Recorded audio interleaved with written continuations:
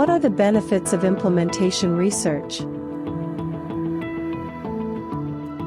Well, implementation research is a science that's really been underutilized over the years, but it's coming to the fore more and more in recent times.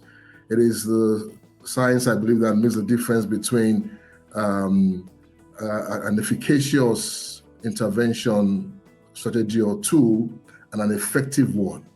So whereas a tool, an intervention, a device could have been shown to be efficacious in a controlled setting while it was being developed during the whole R&D process, when it comes to using it in real life and for it to be effective in the population, there are factors which you cannot predict in a controlled setting. These are real life factors, and that's where implementation research comes in to optimize the use of those interventions in real life. So it takes into cognizance the context, it takes into cognizance the social factors, it takes into cognizance the resources available within that particular community. That's where IR, I believe, is very, very important. So IR makes a difference between whether, say, for example, a vaccine which we know will actually work in a particular population, or it will not. You need to do the IR to know how best to deploy it. Which skills do you think are most important for an IR team to achieve research outcomes? IR is a teamwork. It's not Lone Ranger science or research, but the composition of those teams will depend on what the IR is about. So the membership of the team will be determined by what the research is focused on in particular.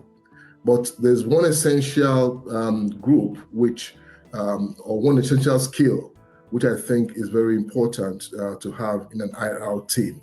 And that's the capacity to be able to effectively communicate the findings of the research to all the stakeholders. So in an IR research, you need to know who your stakeholders are, and they can be very, very varied. That's why one of the essential steps in doing an IR research is to have a stakeholder analysis and know which stakeholders are critical, which ones are essential, and then also you need to be able to engage all of them because they are the end users or the facilitators of the information that you produce from the research. But then it's essential to be able to effectively communicate your outcomes to all the stakeholders. So you need skills in communication. You need skills in knowing how to effectively pass across the message. In addition to, it could be the anthropologist, the demographer, the clinician. The critical factor is being able to communicate with all your stakeholders before, during, and especially after you've completed the research. I think that that assessment tool is really very helpful because it helps to address some of the issues you raised in the previous question about the skills which are essential for an IR team. So when you're putting together your project and you're thinking through the implementation research you want to conduct, the assessment tool will help you to see what competencies you have and which competencies might be lacking, and which you then would be, which will be expedient for you to identify the individuals or resources that will help you to address those lacking competencies. So I think it's a very, very essential first step to take, as you plan an implementation research project. So you do the assessment to know exactly what you have and what you need, where your strengths are, and where you need to show up your strength and resources. How does the pandemic impact or influence implementation research? I think the pandemic was